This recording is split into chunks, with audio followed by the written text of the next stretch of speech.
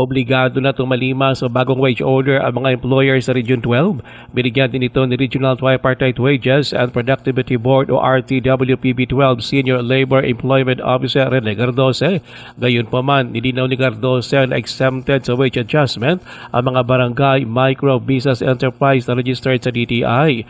Ayon pa kay Gardose, mariring ma-exempt ang mga business establishment na mas mababa sa 10 ang mga regular na empleyado. Pero ayon pa kay Gardose, kailangan ng mga ito na mag-apply na exemption sa RTWPB12.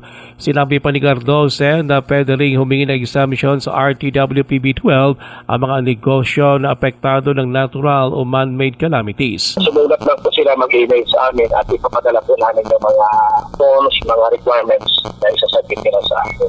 Ang unang tranche na 30 pesos hanggang 33 pesos na wage increase sa mga manggagawa sa pribadong sektor sa Sorsogon ay epektibo na kahapon Nobyembre 2, habang ikalawang tranche naman ay patutupad sa December 15, 2025. Ruel Usano, NDBC Bida Balita.